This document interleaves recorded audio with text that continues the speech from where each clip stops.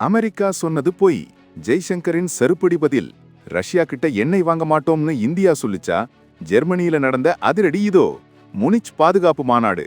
அமெரிக்க வெளியுறவுத்துறை செயலாளர் Marco Rubio ஒரு குண்டை தூக்கி போடுறாரு.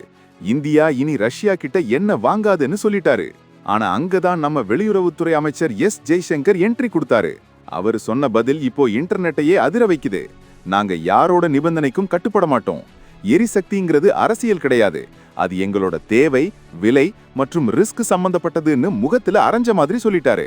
இது வெறும் பாலிடிக்ஸ் மட்டும் இல்ல மக்களே, நம்ம ஊர் பெட்ரோல் விலை குறையணுமா வேண்டாமான்னு தீர்மானிக்கிற விஷயம் இது. அமெரிக்கா என்னதான் வரியை 50லிருந்து 18% குறைச்சாலும் ரஷ்யா கிட்ட எண்ணெய் வாங்கக்கூடாதுன்னு மிரட்டுறாங்க.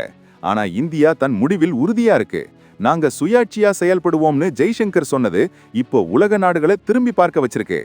ரிலையன்ஸ் நிறுவனத்துக்கு வெனிசுலா எண்ணெய் இறக்குமதி செய்ய அமெரிக்கா பெர்மிஷன் கொடுத்தாலும் ரஷ்யாவுடனான நட்பை இந்தியா விட்டு கொடுக்க தயாரா இல்ல. அடடா, இதுதான் கெத்து. இந்தியாவின் வெளியுறவு கொள்கை இப்போ முன்னை விட ரொம்ப ஸ்ட்ராங்கா இருக்கு.